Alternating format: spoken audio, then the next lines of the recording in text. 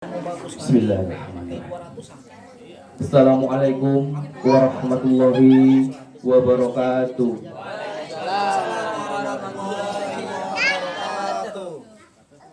Alhamdulillahirabbil alamin. Wassalatu wassalamu ala asrofil anbiya'i wal mursalin wa ala alihi wa sahbihi rasulillahi ajma'in. Amma ba'du. Yang saya hormati Bapak Al-Ustadz Rizal Lubis, mudah-mudahan Pak Ustadz selalu sehat agar beliau senantiasa bisa memberikan pengajaran ilmu kepada kita semua. Amin. Agar bisa kita terapkan dalam kehidupan kita sehari-hari.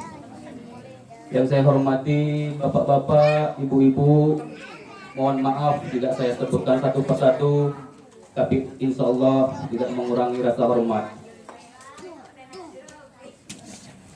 Pertama, marilah kita bersyukur kepada Allah dengan ucapan Alhamdulillahirabbil alamin, karena dengan izinnya malam ini malam yang bahagia, malam yang gembira, telah diberikan kita kesehatan, keselamatan, serta hidayah dan inayahnya kepada kita semua.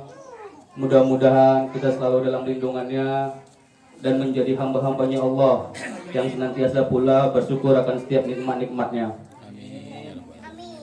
Yang kedua, marilah kita bersolawat kepada baginda Nabi dengan ucapan Allahumma sholli ala Sayyidina Muhammad wa ala alihi Sayyidina Muhammad. Mudah-mudahan dengan memperbanyaknya kita bersolawat kepada beliau, menjalankan sunnah-sunnahnya, insya Allah kita akan mendapatkan syafaatnya kelak di akhirat nantinya. Amin, amin ya rabbal alamin. Bapak-bapak, ibu-ibu, seiringnya waktu berjalan, hari berganti minggu, minggu berganti bulan, dan tahun dan bulan berganti tahun.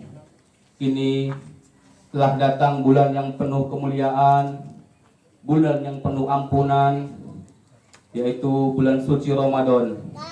Marilah Bapak Ibu, kita sambut bulan yang kemuliaan ini dengan hati yang gembira, dengan banyaknya beribadah, agar kita selalu mendapat pahala oleh Allah Subhanahu wa Ta'ala. Kita duduk bukan sekedar duduk, kumpul bukan sekedar makan, tapi kita sambutlah bulan suci Ramadan ini dengan hati yang penuh gembira, agar kita selalu mendapat pahala oleh Allah Subhanahu wa Ta'ala. Dan malam ini sengaja kita panggil Ustadz kondang kita, saudara daripada Ustadz Abdul Somad, yaitu saudaranya ini saudaranya. Ah, kan gitu Ustadz. Bapak Ustadz Rizal Lubis. Pintar ketua. Iya sekarang bisa. Maka bapak-bapak, ibu-ibu, marilah kita sama-sama kita dengarkan tausiah dari Bapak Ustadz Rizal Lubis. Mudah-mudahan kita semua dapat pengajaran, dapat ilmu agar bisa kita terapkan dalam kehidupan kita sehari-hari.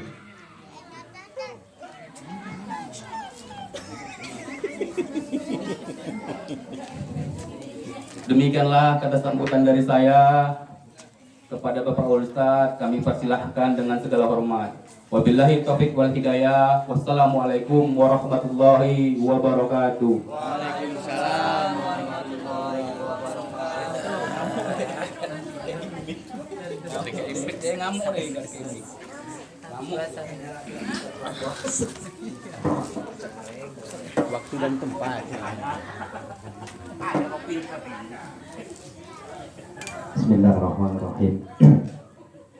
Assalamualaikum warahmatullahi wabarakatuh. Waalaikumsalam warahmatullahi wabarakatuh.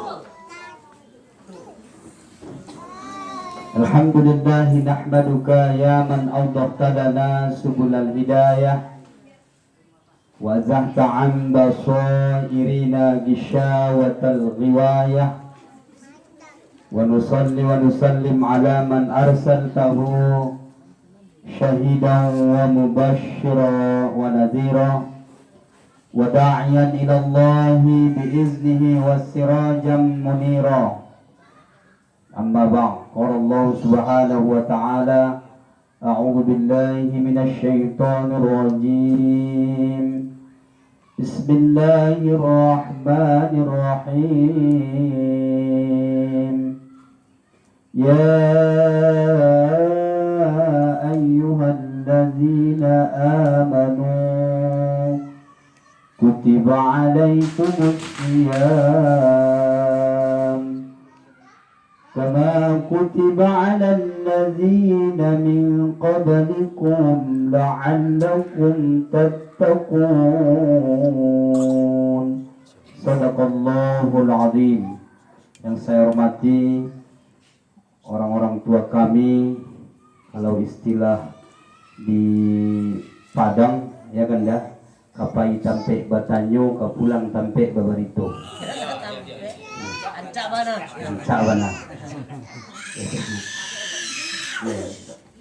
Yang kami hormati bapak-bapak, ibu-ibu, warga perumahan Gria Nafisa 5 Tambak Bayan, tidak terlupakan yang kami hormati pengurus STM Gria Nafisa 5 Tambak Bayan. Hadir bersama kita tadi Bapak Ketua sudah menyampaikan sambutan. Aku perhatikan tadi, kukira pantun-pantun karena bait-bait syairnya itu hampir indah sekali gitu ya. Baik-baik. Nah, kukira pantun tadi. Bapak Ibu jamaah yang dimuliakan Allah Subhanahu wa taala. Mari kita bersyukur kepada Allah Subhanahu wa taala dengan memperbanyak mengucapkan alhamdulillahi rabbil alamin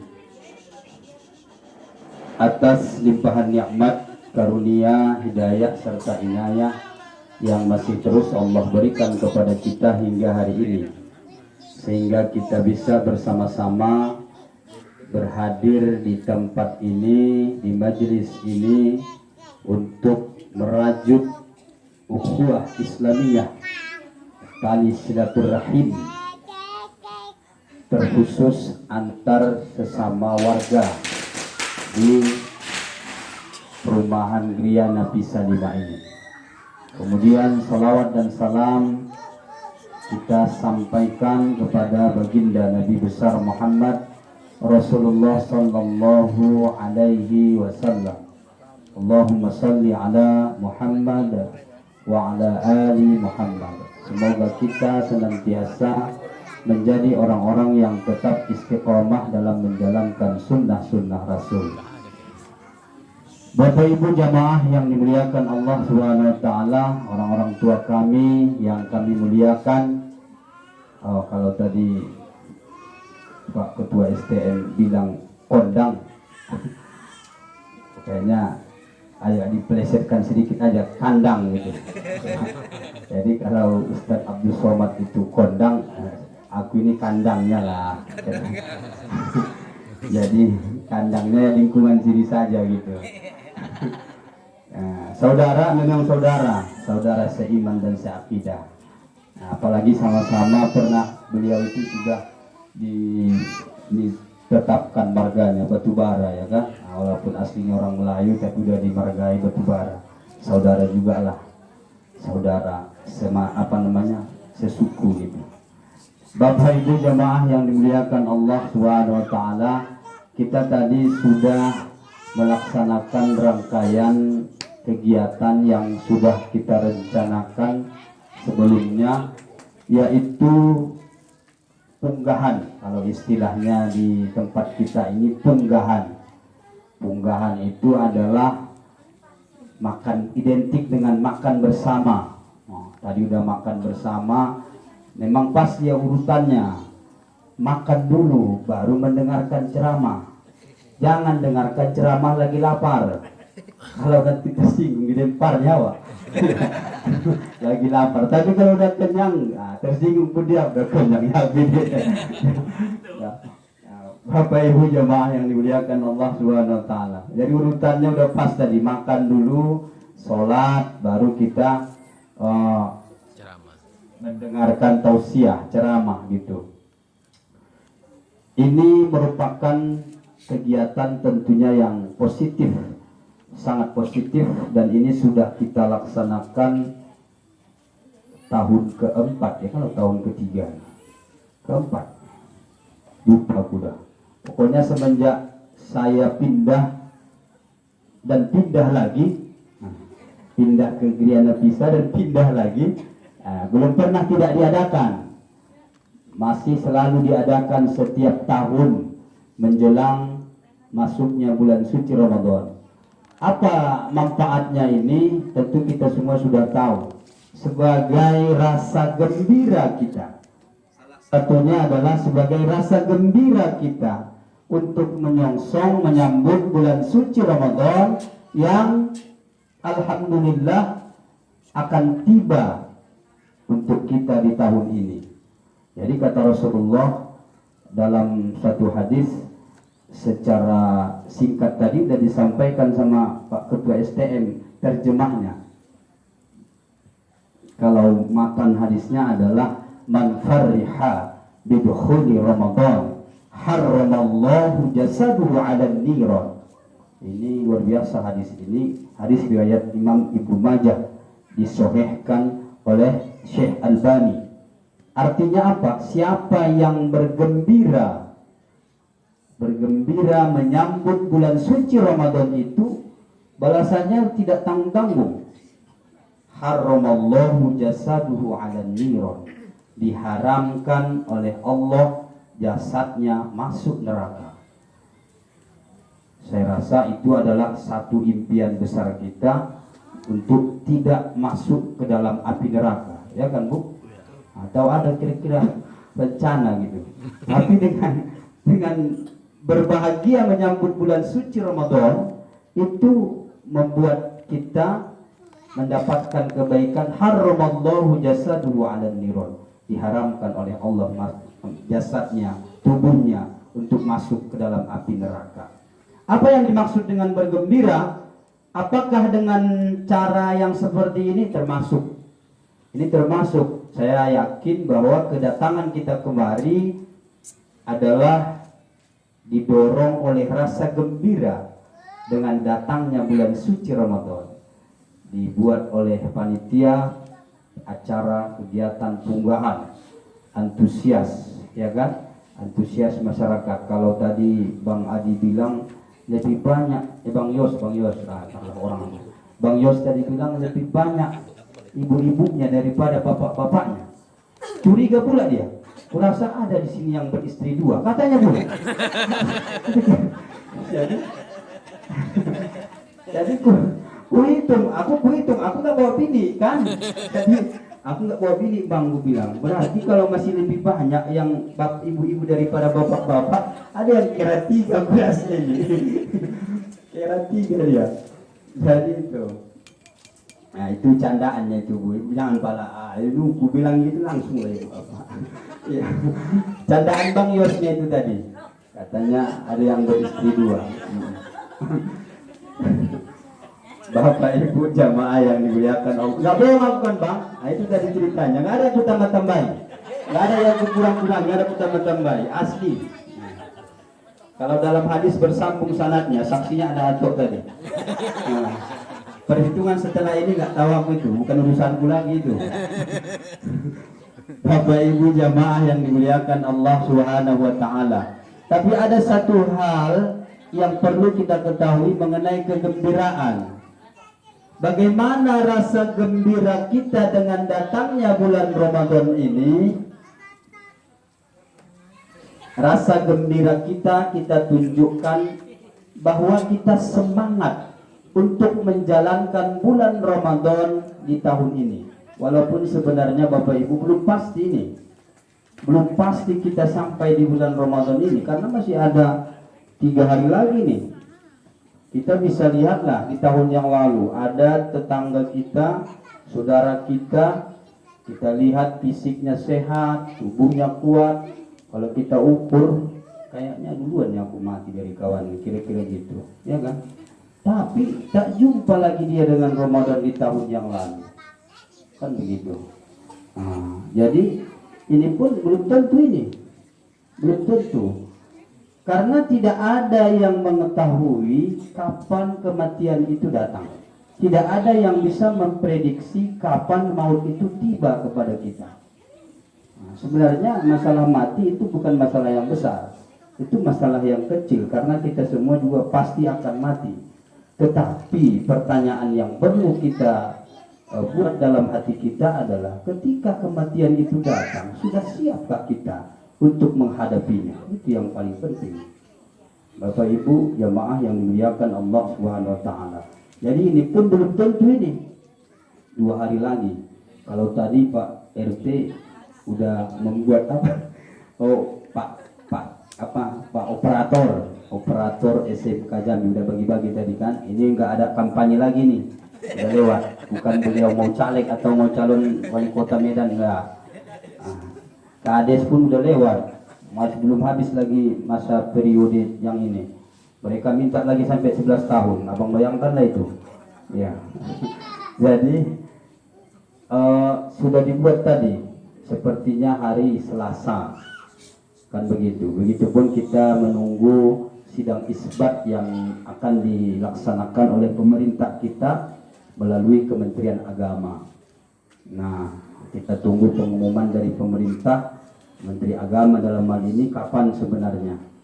Nah, yang jelas Muhammadiyah sudah mengumumkan puasa jatuh pada hari Senin tanggal 11 Maret puasa pertama. Nah, jadi kalau mau ikut itu boleh, tidak dilarang, ya kan? Tidak dilarang yang manapun. Nah, kalau mau menunggu teropong ke langit akan muncul hilal. Hilal itu adalah anak bulan, ya.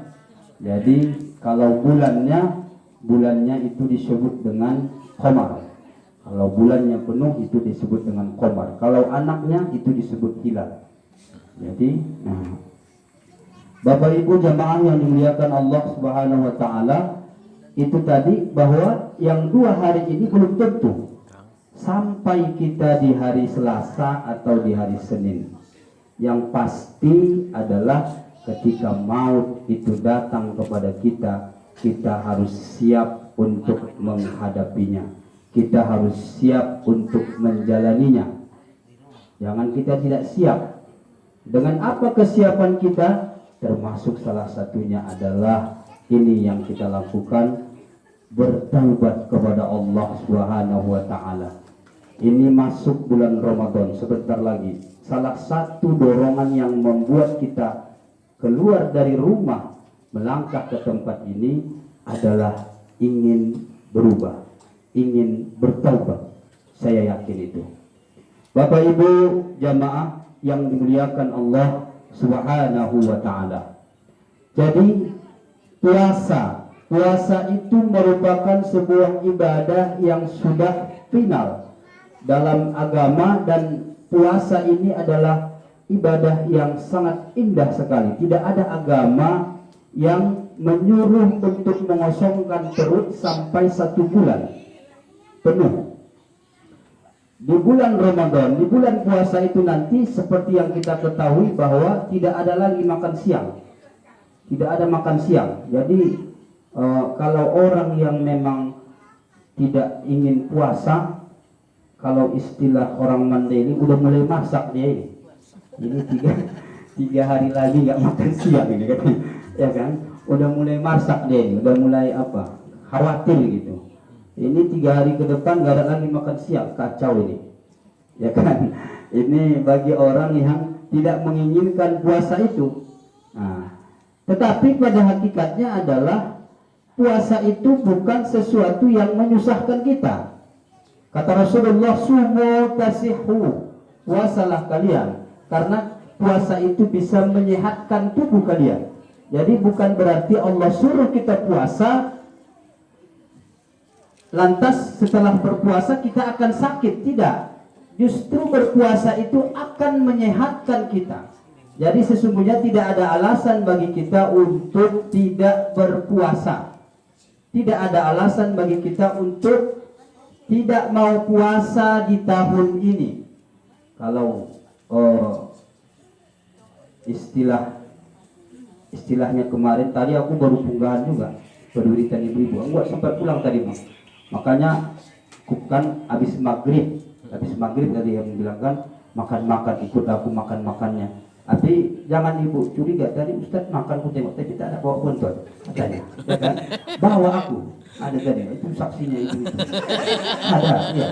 Bawa bontotnya aku tadi, tapi nggak nampak kalian. Mana mungkin aku nggak bawa bontot? Nah, pas di perjalanan pulang dari SM Raja tadi, kupikirkan juga ini mau makan belilah aku dulu, biar nggak apa hadiah kan. Belilah aku ya. Jadi, ku bilang tadi bahwa sudahlah, artinya apa? Aku bilang sama jamaah itu sudahilah semua ini. Apa maksudnya disudahi? Sudahilah yang tak mau puasa itu. Udah dikasih Allah badan sehat-sehat, tak mau ibadah, ini kacau. Iya. Tapi kalau sudah sakit, ngadunya sama Allah itu. Iya, kalau udah sakit ngadunya sama Allah. Ya Allah, lah. Oh Tuhanku ya Allah. Kalau udah sakit itu ya. Tapi kalau sehat nggak mau ibadah. Iya, makanya aku bilang tadi sama ibu-ibu itu sudahlah. Iya. Nah, ini ayo tengok yang agak lain muka tersinggung dia berasa iya. Aku ceramah tidak ada maksud untuk menyinggung seseorang, tidak ada. Kalaupun misalnya pas ceritanya itu kebetulan saja, nggak ada yang disengaja itu, iya. Mana lah mungkin aku sengaja, iya. Tapi begitu memang, sudahilah. Tahun ini betul-betul lah, iya, puasalah. Allah kasih badan ini sehat, tidak ada penyakit, sehat sekali, iya, sehat, besar pula lagi. Udah sehat besar pula lagi. Iya. Aku bukan menunjuk kepada seseorang. Iya. Maksudnya termasuk aku juga yang besar ini. Bukan cuma Bang Sofi aja yang besar. Aku pun besar juga. Bang Faris pun besar juga betul. Iya. Jadi udah dikasih tubuh sehat, tidak mau puasa, sudahlah. Kalau sakit ngadunya sama Allah. Iya. Manggilnya itu nama Allah. Ya Allah, la ilaha illallah, astagfirullah, ya Allah. Itulah sakit. Kalau udah sehat lupa. Jadi untuk tahun ini sudahlah. Dengan cara apa? Puasalah di bulan Ramadan ini. Bapak Ibu jamaah yang dimuliakan Allah Subhanahu wa taala. Ini datang, Ramadan ini datang kepada kita hanya sekali dalam setahun. Dia ini adalah tamu agung kita. Dia datang ke rumah kita itu tidak lebih dari 30 hari paling banyak. Setelah itu dia akan meninggalkan kita. Sementara kedatangan dia itu adalah membawa berkah yang luar biasa, membawa rahmat kepada kita, membawa ampunan kepada kita. Kata Allah tadi dalam surah Al-Baqarah ayat 183. Ya ayyuhalladzina amanu kutiba alaikumus siyam. Wahai orang-orang yang beriman, diwajibkan kepadamu berpuasa. Kama kutiba alal ladzina min qablikum la'allakum tattaqun. Sama seperti yang sudah diwajibkan kepada orang-orang sebelum kamu. Semoga dengan kamu berpuasa la'allakum tattaqun, kamu itu menjadi orang-orang yang bertakwa kepada Allah. Artinya apa? Puasa itu akan membawa ampunan untuk kita, akan menjadikan kita takwa kepada Allah Subhanahu wa taala. Kalau tidak kita gunakan kesempatan yang Allah berikan ini kepada kita di tahun ini, kapan lagi? Pertanyaannya adalah kapan lagi? Maka aku bilang tadi sama ibu-ibu itu, sudahilah. Ini betul-betul lah. Iya. Sekali lagi Allah udah kasih badan sehat kepada kita, Gunakanlah kesehatan itu untuk beribadah kepada Allah Subhanahu wa taala. Bapak Ibu jamaah yang dimuliakan Allah Subhanahu wa taala. Tapi Ustaz berat. Berat Ustaz katanya. Kenapa berat? Aku kerja. Dan itu alasannya, ya kan? Aku kerjanya berat Ustaz. Bapak Ibu jamaah yang dimuliakan Allah, Imam Al-Ghazali dalam kitabnya Minhajul Abidin, beliau ini adalah seorang tokoh sufi, ahli tasawuf, ulama besar di bidang tasawuf. Imam Al-Ghazali mengatakan dalam kitabnya Minhajul Abidin, dimulai dari halaman 17 sampai halaman 26, itu pembahasannya tentang al-awaiq. Apa itu awaiq Ustaz? Penghalang, rintangan seseorang dalam ibadah. Itulah yang dibahas dalam kitab itu. Kata Imam Al-Ghazali, ada 4 rintangan besar yang dihadapi oleh manusia pada saat beribadah. Apa yang 4 itu? Yang pertama adalah dunia. Dunia ini rupanya Bapak Ibu menjadi penghalang besar untuk ibadah. Iya, dunia ini. Apa itu dunia Ustaz? Segala yang bersifat duniawi itu dunia. Segala yang bersifat duniawi itu dunia. Maka aku tanya kepada anak-anak di sekolah, kau itu makan untuk apa? Jadi bervariasi jawaban anak-anak. Aku makan supaya kenyang Ustaz, 1. Aku makan supaya berenergi, 2. Aku makan menghilangkan rasa lapar, 3. Banyak jawaban mereka bervariasi, semuanya benar. Semuanya benar.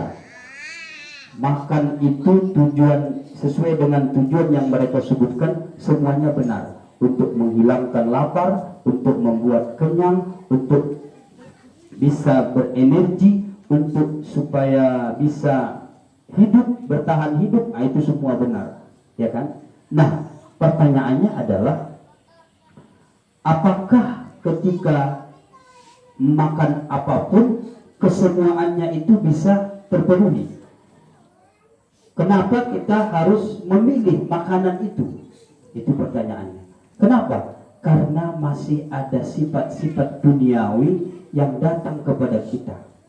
Nah, sifat-sifat duniawi ini akan menjadi penghalang bagi kita untuk ibadah kepada Allah. Akan menjadi penghalang, akan menjadi rintangan bagi kita untuk ibadah kepada Allah.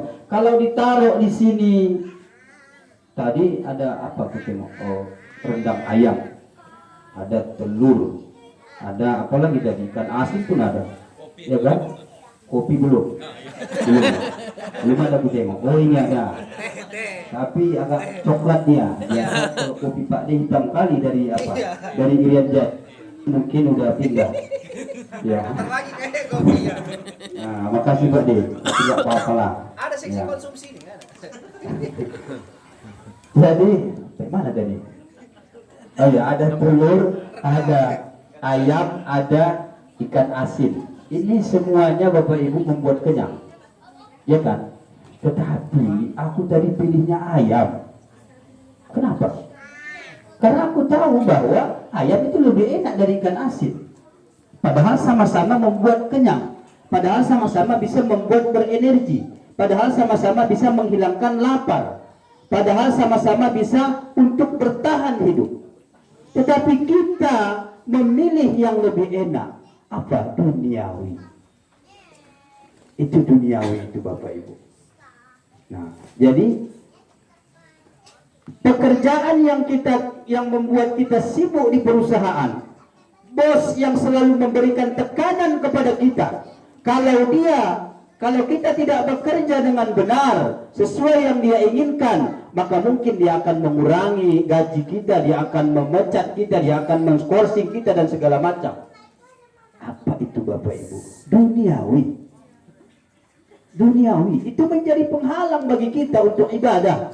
Kata Rasulullah dalam hadisnya, orang-orang yang ingin mengejar dunia harus melepaskan sebaliknya. Tahan. Oh, mau juga pakai mikrofon nggak enak ya. Iya, tahan dulu Pak, tahan. Kopi tadi apanya? Tahan ya. Minum. Pade kopi pade. Canda bisa. Perlu bu. Ngeri kali. Perlu bu banyak. Cantikku. Apa tadi? Gara-gara kopi juga ini. Apa tadi? Di kantor Bos Tan. Iya. Duniawi. Ketika kita diberikan tekanan oleh atasan kita, dia memberikan ancaman dengan skorsing, potongan gaji, bahkan dipecat. Sehingga karena untuk mengejar itu kita harus tinggalkan ibadah. Itu merupakan duniawi yang menjadi penghalang bagi kita dalam ibadah, Bapak Ibu. Jadi jelas kira-kira itu ya. Jadi itu adalah penghalang bagi kita dalam ibadah.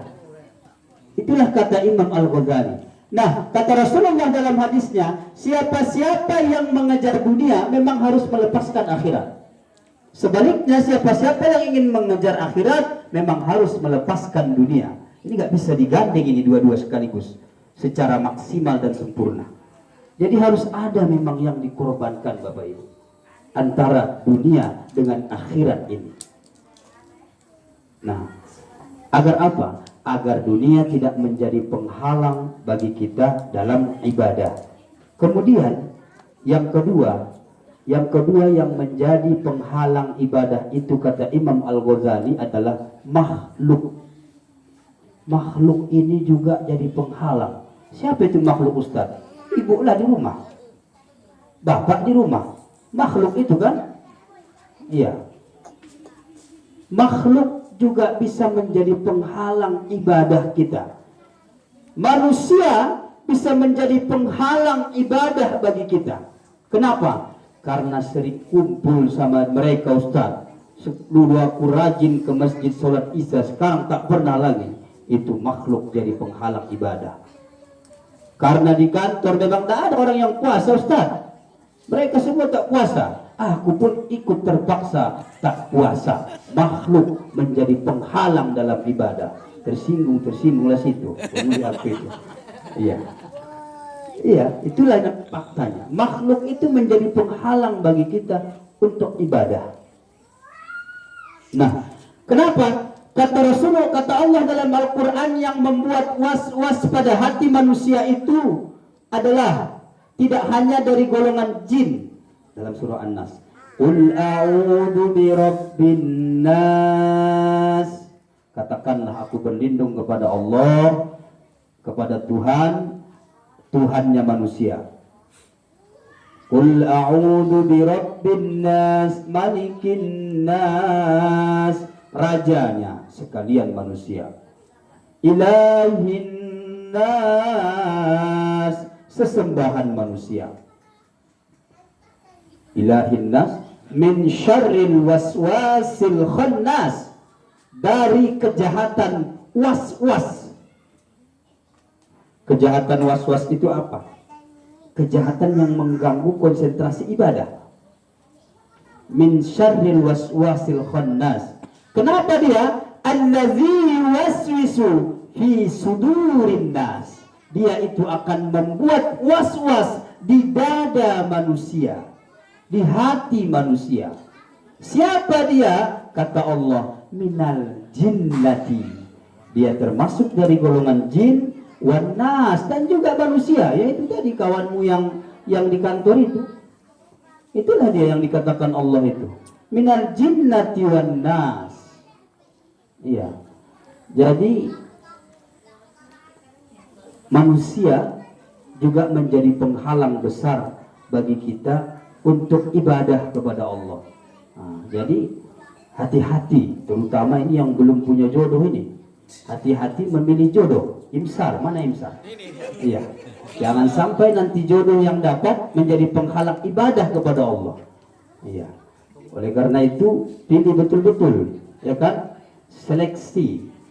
Kira-kira dia ini bisa mendekatkan akukah kepada Allah, atau justru sebaliknya menjadikan aku jauh dari Allah. Kalau kira-kira itu menjadikan jauh dari Allah, tidak usah imsar, ya.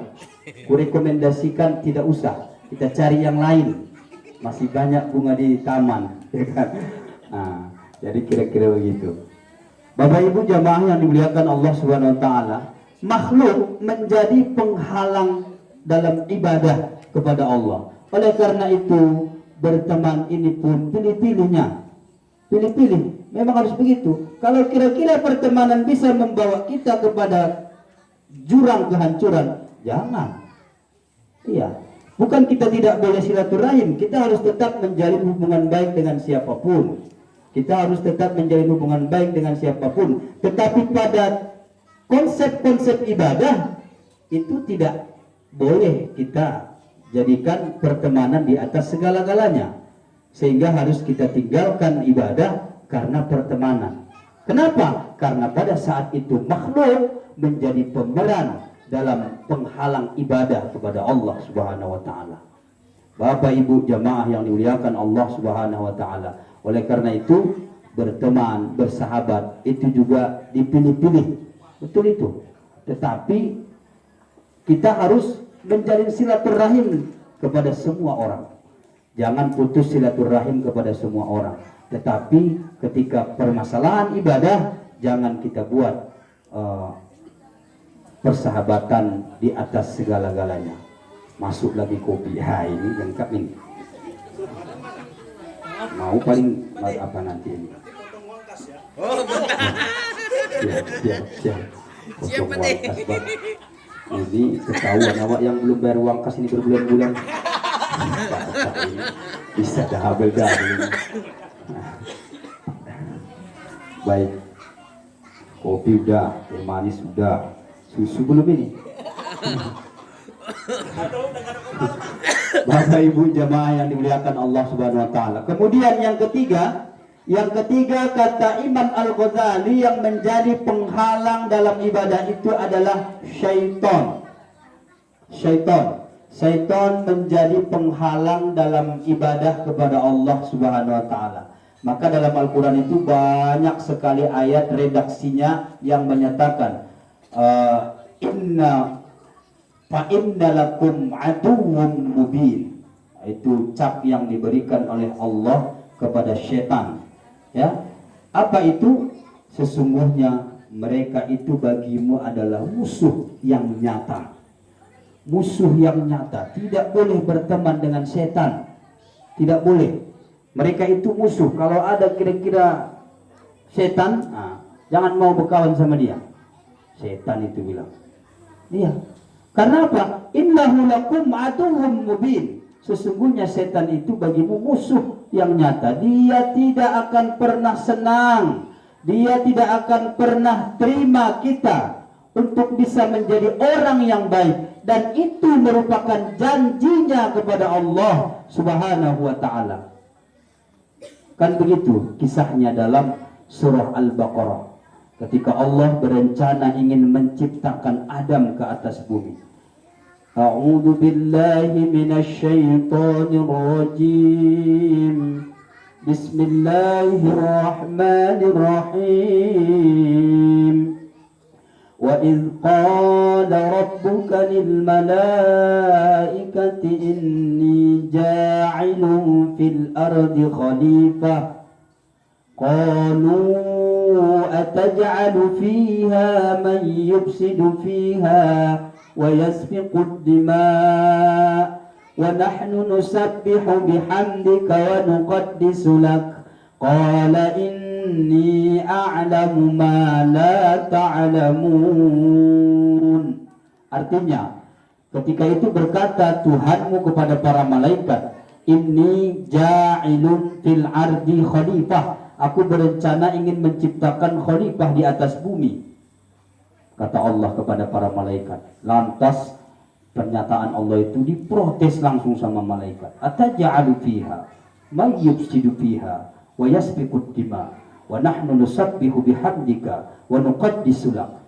Ya Allah, Kau ingin menciptakan makhluk yang suka membuat onar, yang suka menumpahkan darah, wa yasfiku ad-dima, kata mereka.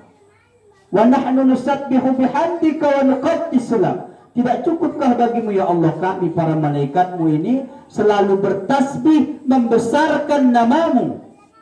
Kata malaikat. Protes malaikat itu Bapak Ibu. Waktu kita ingin diciptakan ke atas bumi ini. Protes malaikat. Nggak ada gunanya diciptakan itu. Kata malaikat. Kenapa? Karena mereka hanya suka membuat onar. Mereka suka menumpahkan darah. Mereka suka membuat keributan. Itu adalah prediksi dari malaikat. Ya kan? Terbukti nggak kira-kira? Terbukti. Di keturunan yang pertama saja sudah terjadi pembunuhan antara si Habil dengan Qabil. Qabil membunuh saudara kandungnya Habil. Itu pun hanya persoalan perempuan. Masalahnya perempuan. Nah, perempuan juga ini dasarnya ini. Kenapa? Karena pada saat itu belum ada manusia. Nabi Adam memiliki 16 orang anak, 8 laki-laki, 8 perempuan, semuanya kembar. Berpasang-pasangan kembar. Perintah dari Allah, mereka boleh menikah tetapi silang saling. Jangan menikahi kembaran sendiri. Jadi pada waktu itu kembaran si Habil namanya Iklima. Maaf, terbalik. Kembaran si Habil namanya Labuda. Kembaran si Qabil namanya Iklima. Nah, Iklima ini menang sedikit cantik dari Labuda. Iya, jadi apa juga rupanya? Jadi apa namanya? Jadi masalah juga kecantikan ini gitu.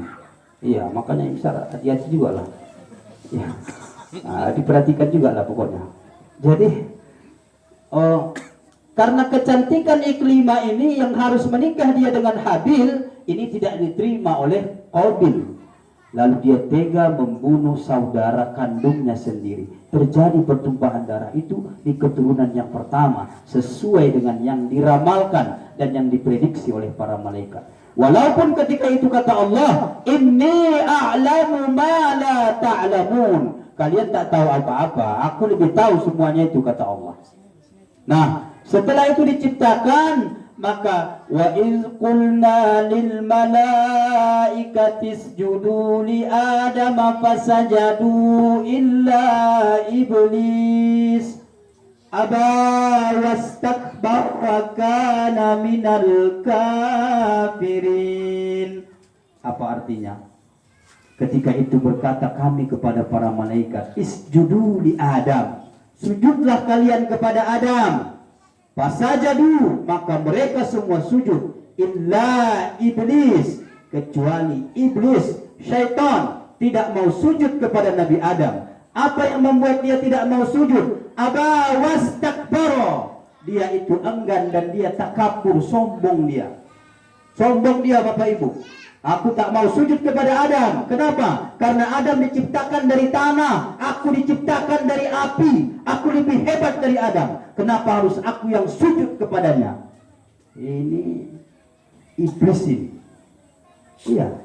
Kalau ada pun manusia yang seperti itu, iblis juga itu. Paling tidak titisannya lah. Iya. Kalau bukan keturunannya, paling tidak titisannya. Siapa mereka? Orang-orang yang sombong.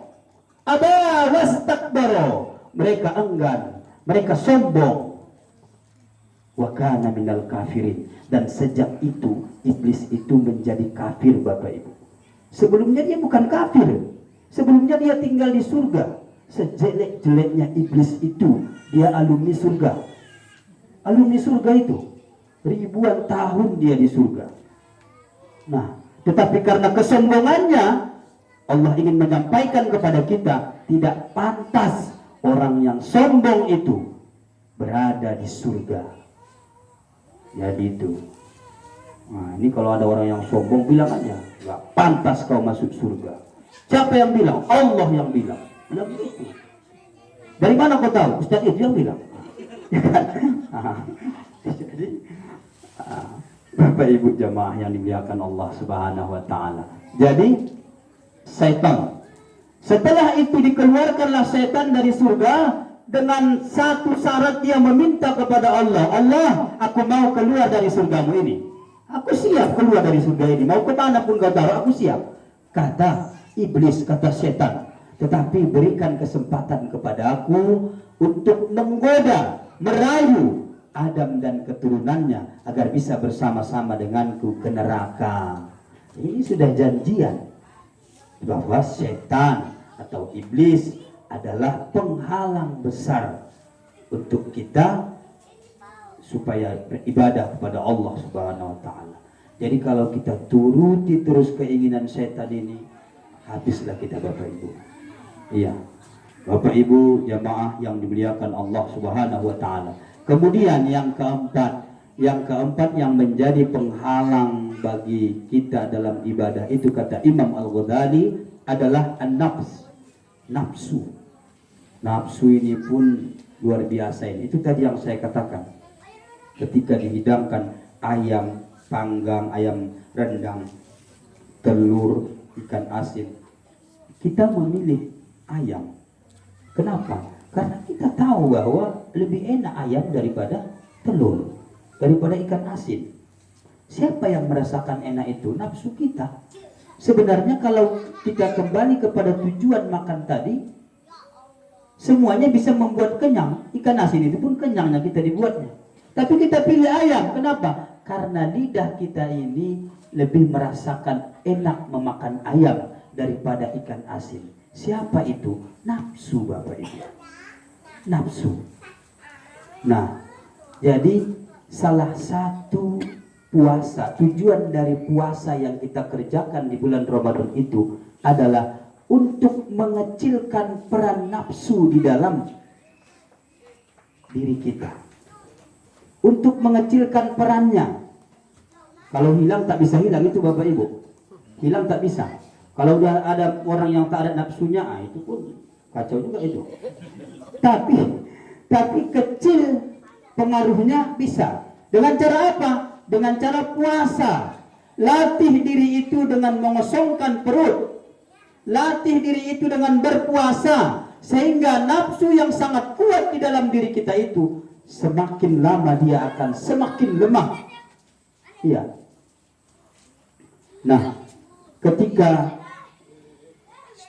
Allah berikan kesempatan kepada nafsu untuk diciptakan, maka dia itu mendominasi pada diri manusia.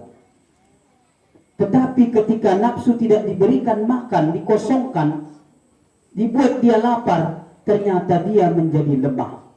Maka oleh karena itu, untuk melemahkan fungsi hawa nafsu pada diri kita, caranya adalah puasa. Kosongkan perut. Iya. Nah, walaupun sebenarnya tidak bisa hilang tidak bisa. Bahkan dia terkadang maupun bergejolak itu. Buktinya kalau nanti udah masuk puasa itu, keluar ibu dari perumahan Griana Pisa 5. Sejalan menuju jalan Tambak Bayan. Belok kemana biasa? Belok ke ke Bantar Setia apa?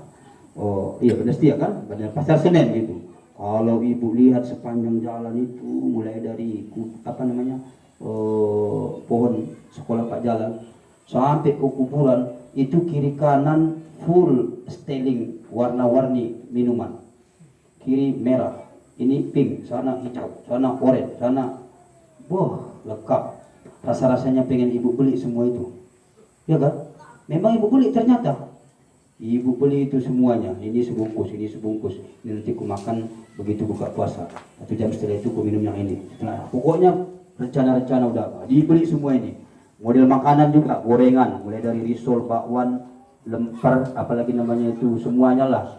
Dibeli itu semua. Dihidangkan di atas meja ketika ingin berbuka puasa. Tetapi begitu kita ambil, mana lah aku ambil duluan ya, kopi lah aku rasa. Begitu diambil minuman yang pertama, ya kan? Allahu Akbar, Allahu Akbar, kata muazzin di Masjid Iskandariyah. Oh, sudah masuk waktu berbuka. Bismillahirrahmanirrahim. Allahumma laka sumtu wa bika amantu wa ala rizkika aftartu bi rahmatika ya arhamar rahimin. Bismillahirrahmanirrahim. Iya pas. Wah, mantap kali kopinya. Ya. Apa yang terjadi Bapak Ibu? Hilang semuanya. Hilang semua. Hilang. Selera lagi meminum es cendol tadi? Tidak. Selera lagi makan gorengan apa semua tadi? Tidak. Selesai semua. Hanya itu rupanya yang diinginkan oleh diri kita itu. Yang selebihnya itu apa? Nafsu. Nafsu. Iya. Nah, Oleh karena itu nafsu menjadi penghalang bagi kita untuk ibadah kepada Allah Subhanahu wa taala. Kalau kita turuti dia, maka tidak akan ada ibadah kita. Kalau kita terus turuti keinginan hawa nafsu ini, maka tidak akan ada ibadah bagi kita. Kita akan jauh dari Allah Subhanahu wa taala. Tapi kalau kita bisa menaklukkan nafsu itu, apa kata Allah dalam Quran surah Al-Fajr? A'udzu billahi minasy syaithanir rajim. Bismillahirrahmanirrahim. Ya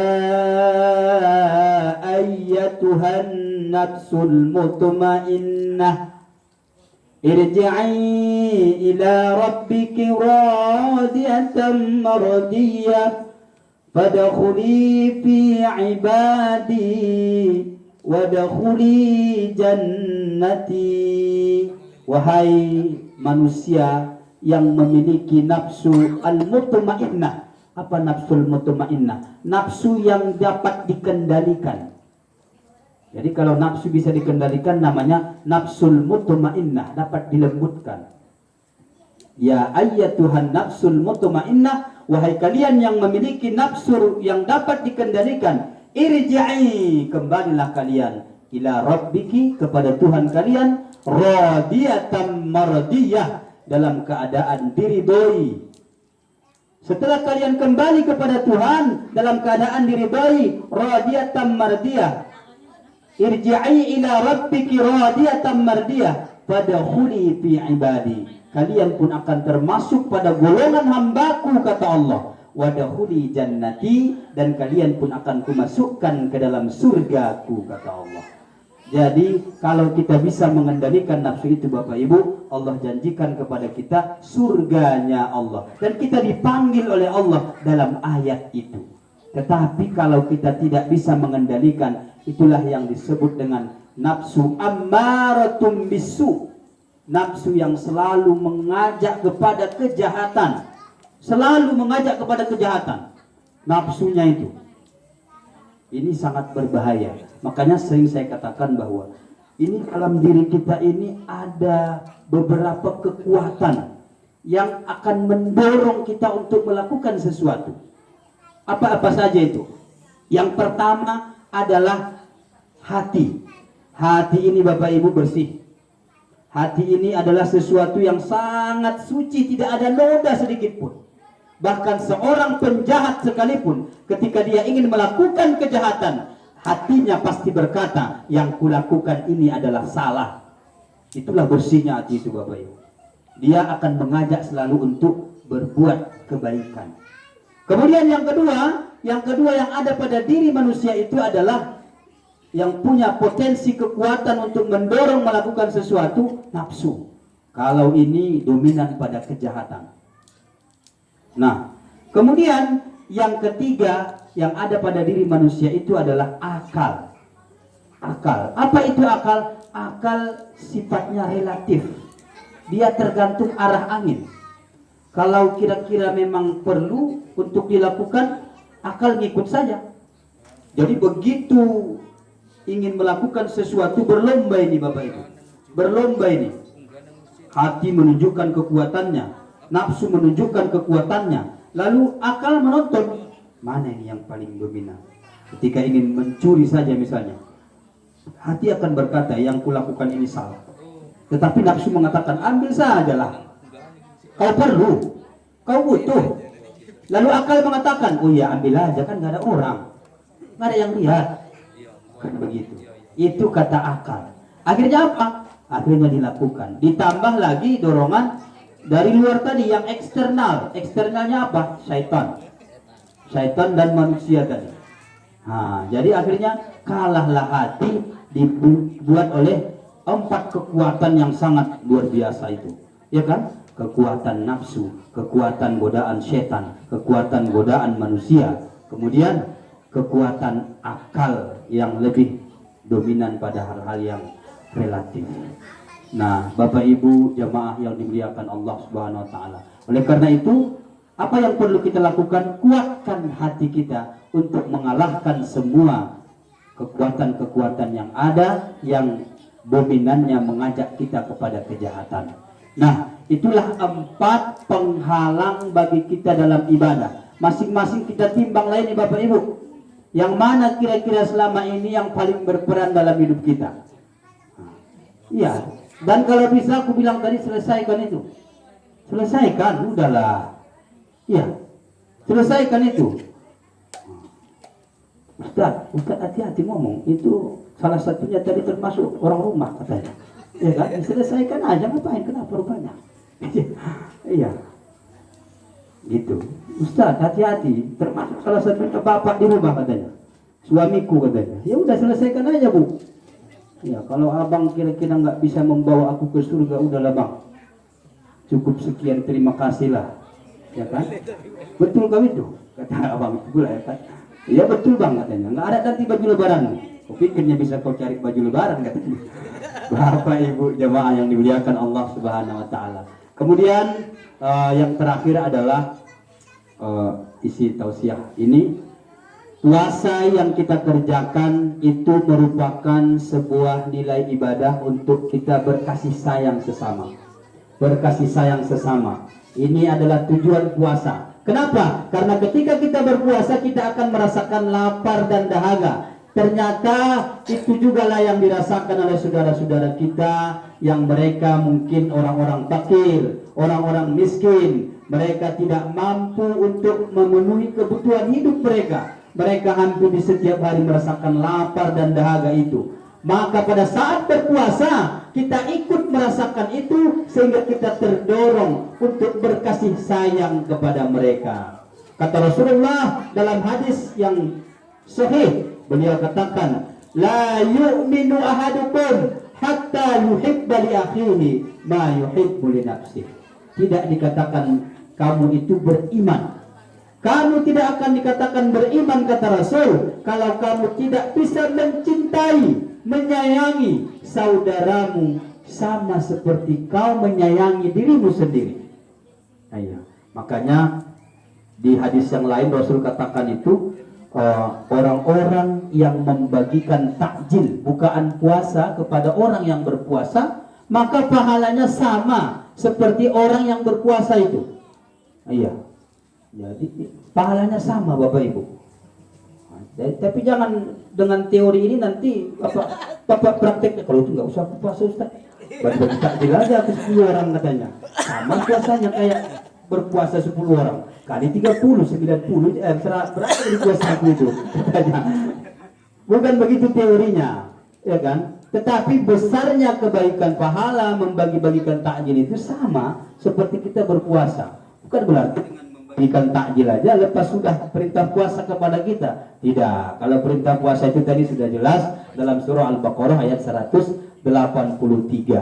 Jadi berkasih sayang sesama kita, terutama kita yang bertetangga inilah, ya kan? Bertetangga, bermasyarakat, berlingkungan di dalam perumahan ini. Mari kita jaga kasih sayang.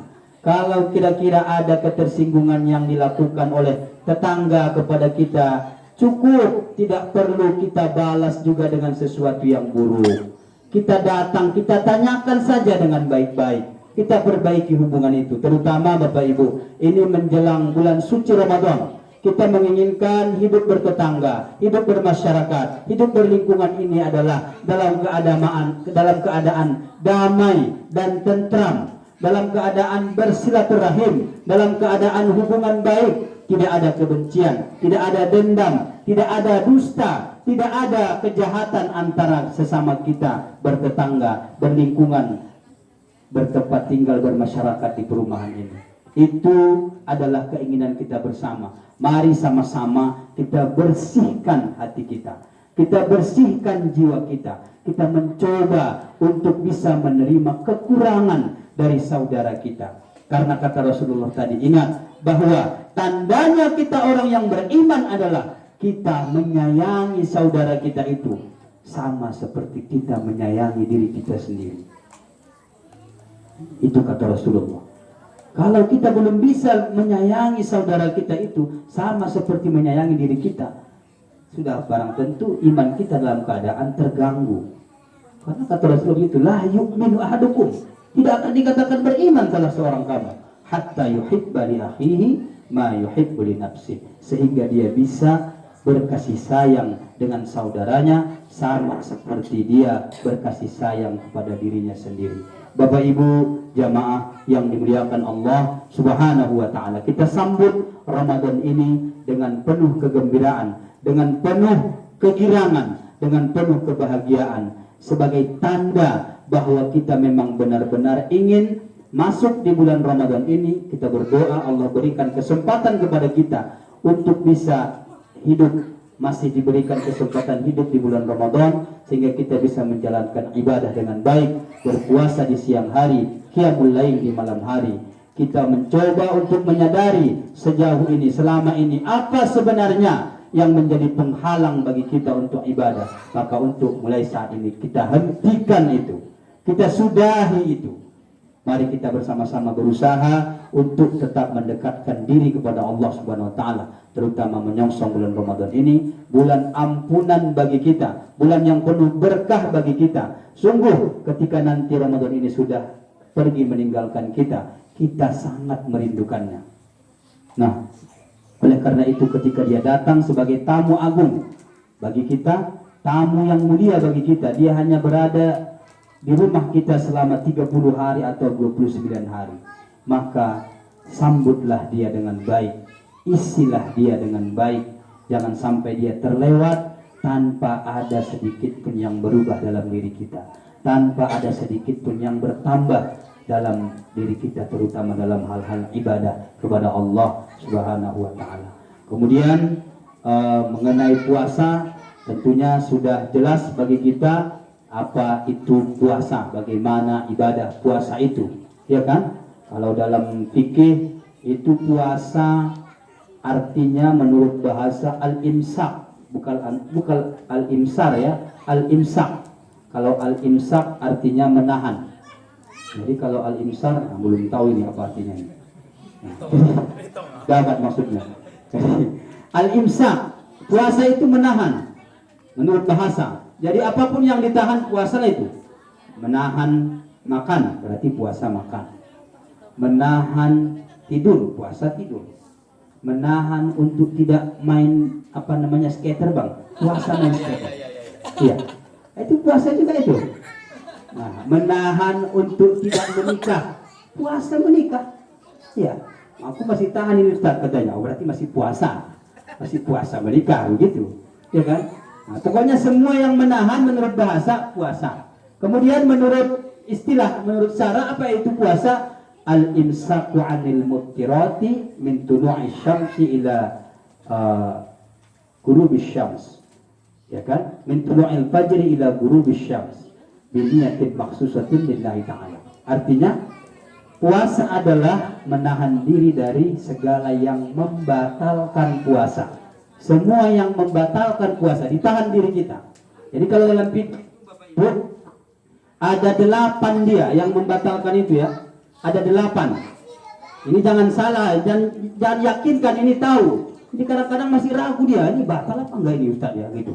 Iya, jangan ragu. Apa itu yang 8? Yang pertama adalah memasukkan sesuatu ke dalam rongga yang ada di kepala.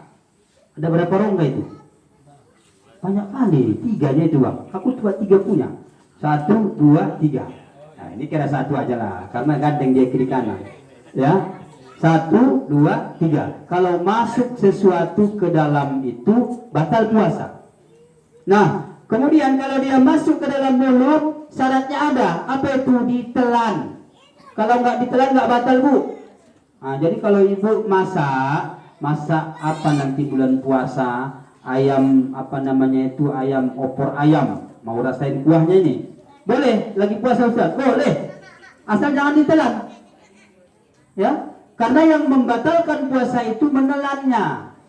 Kalau dia berada di mulut tidak ditelan tidak batal. Cicip hasilnya ya.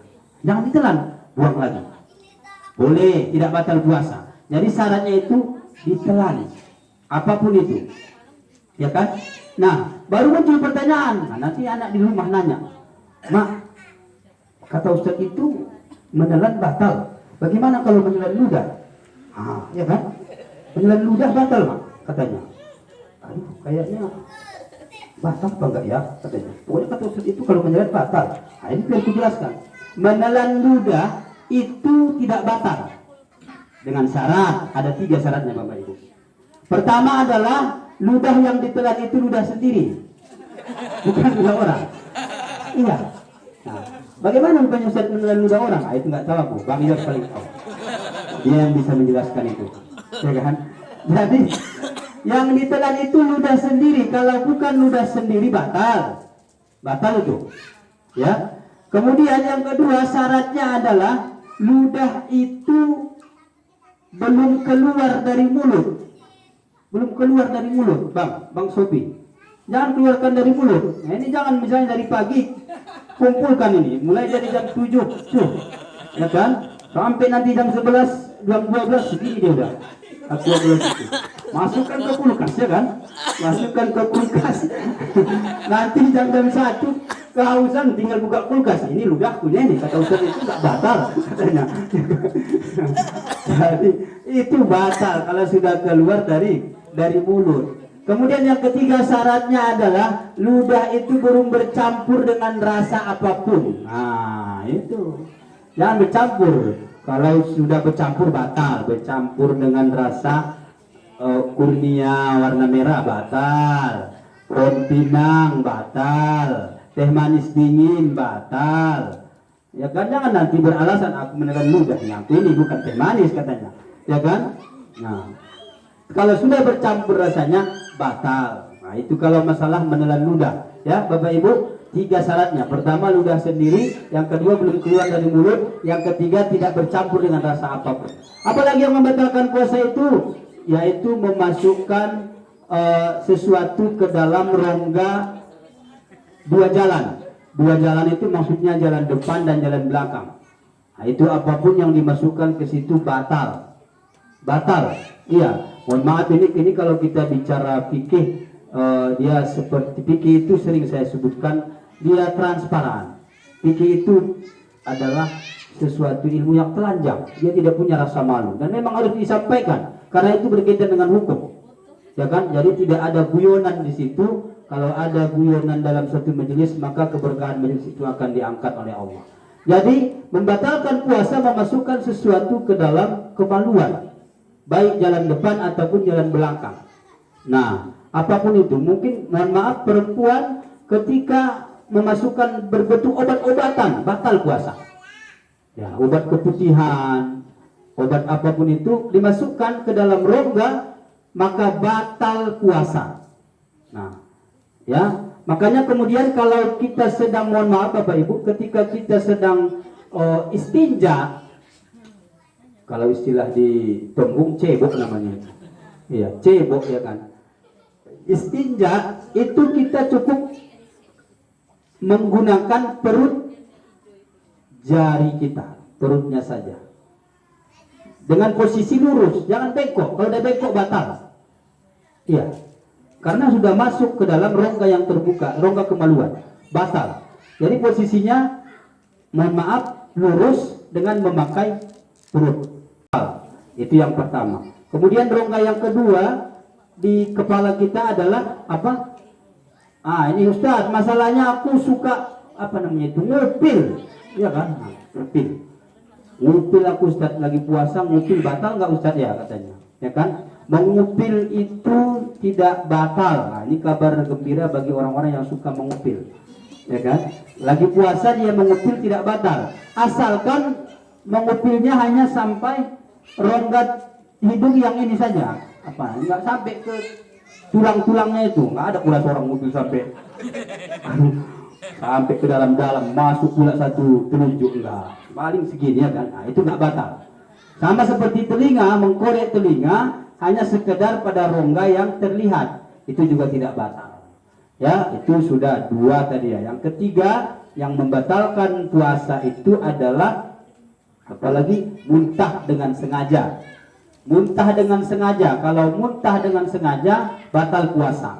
Apa yang dimaksud muntah dengan sengaja? Dikorek-koreknya tenggorokannya supaya muntah, batal. Tapi kalau muntahnya tidak sengaja, contoh ibu hamil, ibu yang sedang hamil, hamil muda muntah-muntah sedang puasa tidak batal puasa, atau sedang naik kendaraan muntah tidak batal puasa.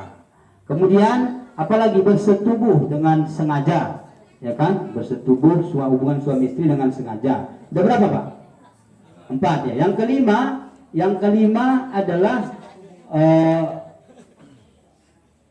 hilang akal, gila, ya kan? Gila, kalau sudah gila maka batal puasa. Nah, jadi kalau ada nanti orang yang memelihara penyakit gila, ketika siang-siang kumat gilanya batal puasanya. Jadi kalau ada yang punya penyakit gila, gilanya habis tarawih aja. Jangan siang-siang biar gak batal puasanya gitu. Ya. Baru yang selanjutnya yang menyebabkan batalnya puasa itu adalah murtad dari agama, ya, keluar dari agama. Bagaimana yang dimaksud dengan murtad? Keluar dari agama, mengingkari hal-hal yang berkaitan dengan akidah. Tidak hanya mengenai Allah, tetapi juga termasuk mengenai Rasul, malaikat, kitab dan sebagainya. Kalau berkaitan dengan akidah, dia ingkar, dia tidak percaya, dia ragu, murtad namanya. Kalau dia murtad dalam keadaan berpuasa, batal puasanya Bapak Ibu. Ya, jadi itu beberapa hal yang membatalkan puasa yang harus kita ketahui dan tidak boleh ragu lagi. Jangan ragu, ya kan? Nah, mudah-mudahan kita bisa menjalankan puasa itu dengan baik, sesuai dengan tuntunannya, dan puasa kita diterima oleh Allah Subhanahu wa taala. Amin. Amin ya rabbal alamin. Kita tutup majelis ini dengan berdoa kepada Allah Subhanahu wa taala karena waktu pun sudah larut juga ini, ya kan? Nah. Baik Bapak Ibu, kita tutup majelis ini dengan berdoa kepada Allah Subhanahu wa taala. Semoga Allah menerima hajat dan permintaan doa kita pada kesempatan ini. Bismillahirrahmanirrahim. Alhamdulillahi rabbil alamin, wassalatu wassalamu ala asyrafil anbiya'i wal mursalin wa ala alihi wa sahbihi ajma'in. Allahumma salli ala sayyidina Muhammad wa ala ali sayyidina Muhammad.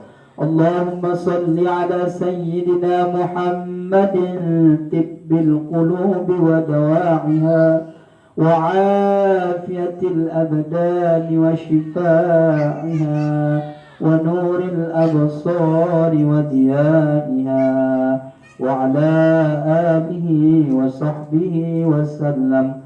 Allahumma alhimna ilman nafi'a وانفع لنا بما علمتنا. اللهم إنا نسألك علما نافعا وعملا متقبلا ورزقا واسعا حلالا سهلا مباركا فيها وتجارة لن تبورا يا أرحم الراحمين. اللهم أعنا على ذكرك وشكرك وحسن عبادتك. اللهم اغفر لنا ذنوبنا وذنوب والدينا وارحمهم كما ربونا صغارا. ولجميع المسلمين والمسلمات والمؤمنين والمؤمنات برحمتك يا أرحم الراحمين. اللهم بارك لنا في رجب وشعبان وبلغنا رمضان في عافية وصحة والسلامة. اللهم لا تدع لنا من مقامنا هذا ذنبا إلا غفرته ولا عيبا إلا سترته ولا هاما إلا فرجته ولا دينا إلا قضيته ولا مريضا إلا شفيته ولا مسافرا إلا وصلته ولا بلاء إلا دفعته ولا حاجة من حوائج الدنيا والآخرة إلا قضيتها ويسرتها يا أرحم الراحمين. اللهم إنا نسألك رضاك والجنة ونعوذ بك من سخطك والنار. اللهم يا مقلب القلوب ثبت قلوبنا على دينك وعلى طاعتك برحمتك يا أرحم الراحمين. اللهم أنزل الرحمة والنعمة والصحة والسلامة علينا وعلى أهل هذه الجماعة. ربنا ظلمنا أنفسنا وإن لم تغفر لنا وترحمنا لنكونن من الخاسرين. ربنا هب لنا من أزواجنا وذرياتنا قرة أعين واجعلنا للمتقين إماما. ربنا آتنا في الدنيا حسنة وفي الآخرة حسنة وقنا عذاب النار. وصلى الله وسلم على نبينا محمد وعلى آله وصحبه أجمعين والحمد لله رب العالمين. Mudah-mudahan bermanfaat. Wallahu mawafiqi ila aqwamit thoriq. Wabillahi taufiq wal hidayah. Assalamualaikum warahmatullahi wabarakatuh. Waalaikumsalam warahmatullahi wabarakatuh.